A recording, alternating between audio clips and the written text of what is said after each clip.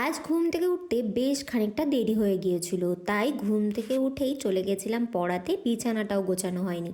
বিছানা তো গোছাবো, কিন্তু তার আগে ভিডিওটা আপলোড করে নিই, না হলে আবার আমি ভুলে যাই পরে আপলোড করতে।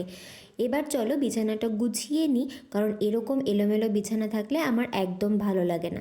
এবার আমি আমার ব্রেকফাস্টটাও করে নেব। আর এইদিকে লিনার মা কাকিমা আমাকে ফোন করেছিল ওদের বাড়ি যাওয়ার জন্য, ওখানে একটু ঘুরে আসলাম। আর তারপর এসে দেখলাম নাইকা থেকে আমার একটা পার্সেল এসছে। তাড়াতাড়ি করে আগে স্নানটা সেরে নিলাম। এবার আমি আমার পার্সেলটা একদম আরামসে বসে আনবক্সিং করতে পারবো।